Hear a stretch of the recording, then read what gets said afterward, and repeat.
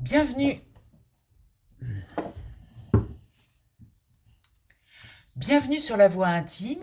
Je vous propose un tirage un peu différent cette fois-ci. On va faire un tirage avec votre année personnelle. Donc on va traiter de numérologie plutôt que de traiter d'astrologie. J'avais envie de vous proposer quelque chose d'un petit peu différent de ce qu'on voit habituellement. Et donc, on va parler de l'année personnelle. L'année personnelle, en numérologie, ça se calcule de la manière suivante. Vous prenez votre jour de naissance, votre mois de naissance, et vous l'additionnez à l'année en cours. L'année en cours, 2025, nous sommes sur une année universelle 9. Donc, au 9, vous additionnez votre jour et votre mois de naissance. Vous réduisez tout ça pour obtenir un chiffre entre 1 et 9. Et une fois que vous avez ce numéro, vous pouvez savoir quelle est votre année personnelle. Donc là, on va parler de l'année personnelle 4. L'année personnelle 4, c'est une année personnelle de rigueur qui demande un petit peu de contrôle. Donc c'est une année qui sort d'une année 3 où on était dans l'expansion de la communication. Et là, on va aller mettre un petit peu d'ordre dans tout ce qu'on a appris pendant ces 3 années de début de cycle. Donc l'année 4, pour vous, on va voir un petit peu avec les tarots, qu'est-ce qu'ils veulent nous dire pour ce mois de septembre. On est sur le mois de septembre, sur la rentrée. On va aller voir un petit peu est-ce qu'il y a un petit coup de main là, des cartes. Qu'est-ce qu'on peut vous dire sur votre année 4, sur ce mois de septembre? Je vais faire une coupe. Alors, il y a des peurs. Il y a quelque chose là, on se sent un petit peu coincé par rapport à des souffrances qui sont silencieuses. C'est ces fameuses souffrances où on n'a pas envie de les exprimer, on n'a pas envie d'en parler, on les met sous le tapis, on se dit si on n'en parle pas, eh bien au moins elles sortiront pas et elles m'embêteront plus. Ce qui est totalement faux parce que plus on les cache, plus elles ont envie de sortir. Là, il y a une peur qui est sous-jacente. On va aller voir de quoi il s'agit et voir si les cartes veulent bien nous donner un petit coup de main pour comprendre et pour monter en conscience les choses. Là, au centre, on a le centre du tirage, on a ce qui est en haut, nous avons ce qui est en bas, donc la matière, nous avons ce qui bloque, et nous avons ce qui aide.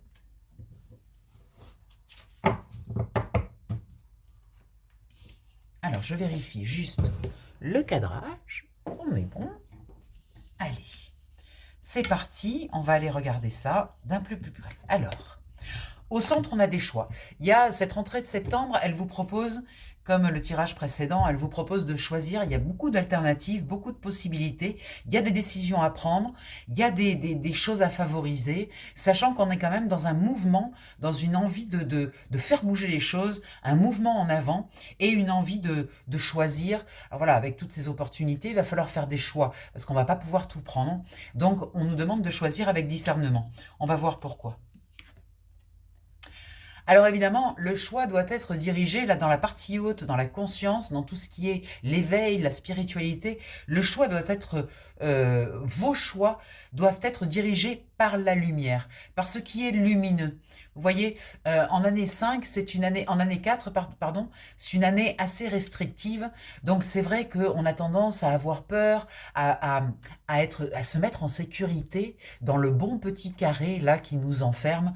Et on nous dit, ben oui, mais il y a des choix pour l'avenir qu'il va falloir faire quand même en se basant sur la partie lumineuse du choix. C'est-à-dire, qu'est-ce que ça peut nous apporter de bénéfique dans notre lumière, dans notre expansion, dans notre élévation.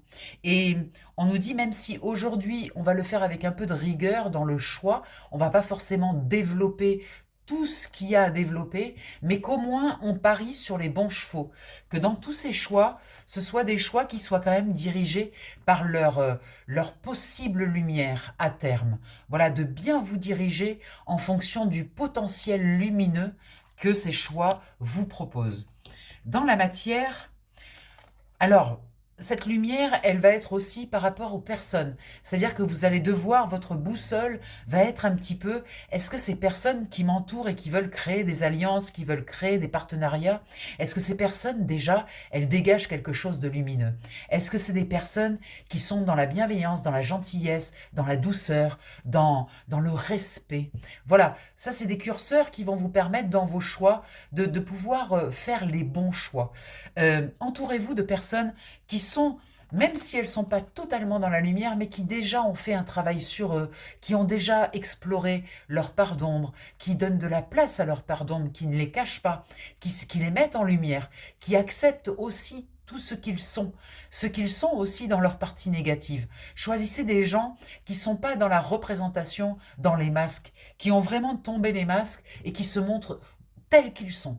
Vraiment, avec leurs défauts et leurs qualités et les qualités de leurs défauts. Faites des choix vraiment conscients par rapport à ça. Vous allez voir que ça va être très très bénéfique à long terme. Ce qui bloque, c'est l'union spirituelle. C'est-à-dire que avoir l'union spirituelle en blocage, c'est que à l'intérieur de vous, il y a des choses qui sont pas unifiées. C'est-à-dire que votre partie yin et votre partie yang sont pas encore complètement alignées. Vous avez tendance soit à privilégier votre partie douceur, soit à privilégier plutôt votre force. Et dans la rencontre avec l'autre, en ne vous autorisant pas à être soit doux, soit fort, eh bien vous autorisez pas à l'autre d'être aussi dans sa douceur ou dans sa force. Donc, il y a quelque chose qui demande ici à être rassemblé. On est dans le contre, hein, on est dans ce qui vous bloque. Donc, il est peut-être temps, là, en septembre, d'accepter d'être plus doux, d'être plus gentil avec vous, voilà, de prendre soin de vous, mais vraiment. C'est-à-dire, vous avez passé l'été, où globalement, l'été, on prend le soleil, on chill, on est plutôt bien. Eh bien, c'est quelque chose qu'il va falloir continuer à faire. Et puis, si c'est la partie yang qui est vraiment trop représentée sur ce mois de septembre, avec l'action, il faut absolument que je fasse, il faut absolument, j'ai tout ça à faire, etc., etc., ralentissez un peu. Donnez-vous du temps pour des explorations plus dans la féminité, plus dans la douceur, plus en rapport avec la nature. Autorisez-vous des parenthèses. Voilà, c'est l'équilibre entre les deux. C'est vraiment rééquilibrer ces deux parties, le yin et le yang. Ce qui vous aide, eh bien voilà, je vous l'ai dit, c'est aller dans la nature, c'est le repos, c'est être calme. Être calme. C'est-à-dire que ce soit dans le yin ou que ce soit dans le yang, acceptez le calme en fait. Vous agirez de toute façon, si vous êtes trop dans la partie yin, yang, vous agirez de toute façon. Ça n'empêche, plus vous allez vous ressourcer dans des endroits puissants énergétiquement, plus vous allez être fort et plus vos actions vont être percutantes. Vous n'avez pas besoin de mettre beaucoup de puissance, juste que ça parte d'un endroit qui est, euh, qui est libre et qui est en même temps rajeuni, qui est équilibré. Voilà, c'est tout pour le yang. Et pour le yin, si vous êtes trop douce, que vous vous faites marcher sur les pieds, que vous voyez qu'on empiète un petit peu sur votre bien-être, eh bien prenez de la distance, allez dans la nature. Les arbres, ils savent, ils n'ont pas besoin, ils réfléchissent pas. Donc mettez-vous, collez-vous contre un arbre et prenez cette énergie simple, naturelle, voilà, de présence. Reprenez votre présence, remettez en place votre présence et utilisez pour ça les arbres. Il n'y a pas mieux qu'un alignement entre le ciel et la terre qu'un arbre. Donc utilisez la nature pour ramener un peu de force, un peu d'énergie et pour pouvoir vous imposer, tout en douceur, mais vous imposer. Voilà, c'est un tirage tout très harmonieux entre le yin et le yang. On est vraiment allé visiter ça. L'année 5, c'est vraiment une année qui pulse, qui offre un mouvement, des voyages, de la créativité. On a des choses à envoyer dans le monde. L'année 4, pardon, l'année 4, je me suis trompée, excusez-moi. L'année 4, c'est au contraire une année très rigoureuse, très structurée. Donc, ça demande de la structure, là. Votre yin et votre yang demandent de la structure. Donc, choisissez la structure, vraiment. Voilà, je vous embrasse bien fort, je vous souhaite un très bon mois de septembre, ce mois de rentrée, et je vous propose de vous retrouver au mois d'octobre pour les énergies de l'année personnelle 4, je le répète. Je vous souhaite une très belle journée. Bye bye.